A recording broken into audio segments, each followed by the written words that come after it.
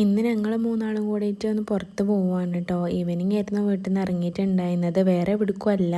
എൻ്റെ ഒരു അമ്മായിന് സർജറി കഴിഞ്ഞിട്ട് കിടക്കുന്നുണ്ട്. വീട്ടിലേക്ക് കൊണ്ടുവന്നിട്ടുണ്ട്. അപ്പോൾ കുറച്ച് ദിവസമായി. അപ്പോൾ അങ്ങോട്ട് പോവുകയാണ്. അമ്മായിനെ കാണാൻ വേണ്ടിയിട്ട് പോവുകയാണ്. അപ്പോൾ എൻ്റെ ഉമ്മ ഉണ്ടായിരുന്നു. അപ്പോൾ ഉമ്മാനെ വീട്ടിൽ നിന്ന് എടുത്തിട്ട് വേണം അങ്ങോട്ട് പോകാൻ വേണ്ടിയിട്ട്. അപ്പോൾ ഇവിടെ ഒരാൾ ഗീർമ കളിക്കുകയാണ് കേട്ടോ. അപ്പോൾ തുടങ്ങിയൊരു പരിപാടിയാണിത്. എന്താ സംബന്ധിച്ചിട്ട് നോക്കിയിട്ട് അത് പിടിക്കണുണ്ടായിരുന്നോള്.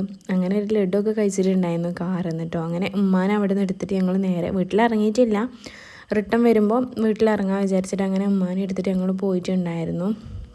നെയ്സോന് ഇപ്പോൾ 9 മന്ത് റണ്ണിങ് ആണ് കേട്ടോ. അപ്പോൾ നല്ല കുസൃതിയാണ് കേട്ടോ. ഓള് ഒതുങ്ങിയിരിക്കേ ചെയ്യൂല. എന്നാൽ അറിയാത്തവരെ കണ്ടു കഴിഞ്ഞാൽ വമ്പൻ കരച്ചിലായിരിക്കും. അതിൻ്റെ ഇടയിൽ ഹസ്ബൻഡ് ഏതൊരു ഫ്രണ്ടിനെ കാണുമെന്ന് പറഞ്ഞിട്ട് ഒന്ന് അവിടെ നിർത്തിയിട്ടുണ്ടായിരുന്നു. കരിങ്ങല താണിക്ക തന്നെയാണ് ഇവരെ വീടും വരുന്നത് കേട്ടോ.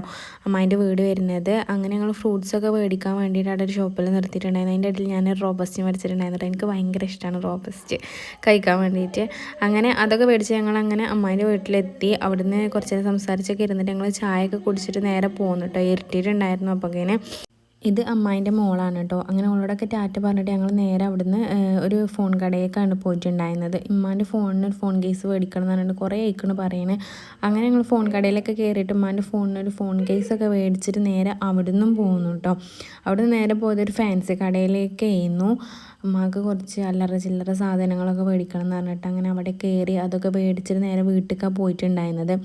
അപ്പോൾ ഉമ്മ ബിരിയാണിയും ഒക്കെ ഉണ്ടാക്കി വെച്ചിട്ടുണ്ടായിരുന്നു. അങ്ങനെ ഹസ്ബൻഡിന് ബിരിയാണിയൊക്കെ കൊടുത്തിട്ട് ഹസ്ബൻഡ് പോയി വർക്ക് കഴിഞ്ഞിട്ട് വരാമെന്നൊക്കെ പറഞ്ഞിട്ടുണ്ടായിരുന്നു. അപ്പോൾ ഞാൻ അവിടെ നിൽക്കായിരുന്നു.